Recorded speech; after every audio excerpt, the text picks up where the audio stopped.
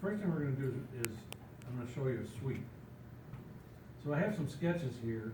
Basically, this line is sketched on the front plane, and this, circle is sketched on the top plane. I'm gonna use the sweep command in order to create a cylinder. So the sweep command, when you turn it on, or invoke it, or however you wanna say it, it asks you for two things.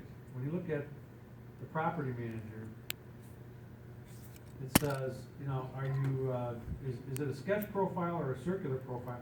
This whole option just eliminates the fact that, it already knows it's a sketch, a circular profile, so it doesn't, ask you to pick it. It finds it and picks it for you automatically. We're not gonna get into that. But basically, it's asking you for two things, a profile and a path. And you can see, if you look at the little icon, that the profile looks like it's on the end of the path up here. So the profile that I wanna pick out, because I wanna extrude a cylinder, is this round sketch. And notice, again, all these sketches are done and closed out.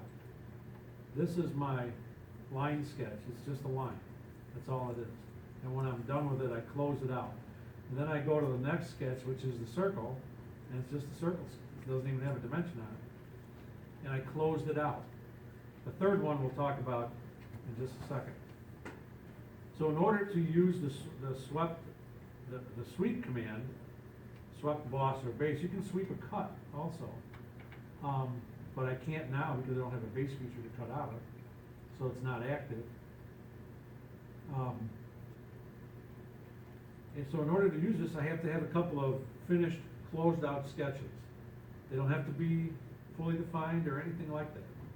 They're asking me for a profile, so I'm picking the round sketch as my profile. I'm picking this thing as my path, a straight line. And when I do that, it wants to create a cylinder, which is all well and good. There we go. I got a cylinder. Basically, all it did was it took that round sketch and extruded it up the direction of the path that I chose, which was the straight line. Didn't have to be a straight line. Could have been curved. Could have as many curves in it as you want, just like that wire that I started to do in 3D. So now, I just want to go one step further and show you this other sketch that I didn't do anything with. And I kind of made it look, you know, sort of vase-like. Well, that thing can function as a guide curve. It's called a guide curve.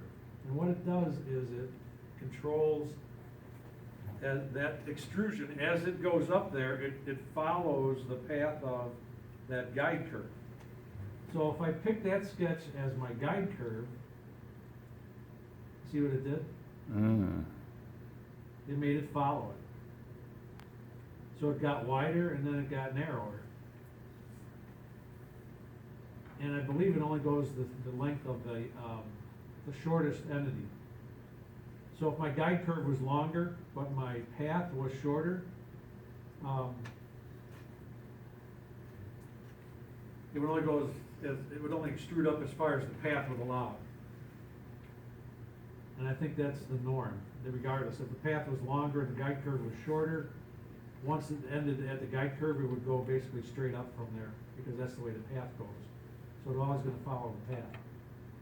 So that's what I wind up with. Something like that. And then from there, I could do something like fill it on the top and the bottom. Then I could shell it out, and I'd have myself sort of a vase or something like that. Okay, so there comes a time when you're going to be in a situation like you are with that hand wheel that you don't have two existing planes to work with. So you have to make your own plane. So I'm going to start another part. And I'm gonna draw on the front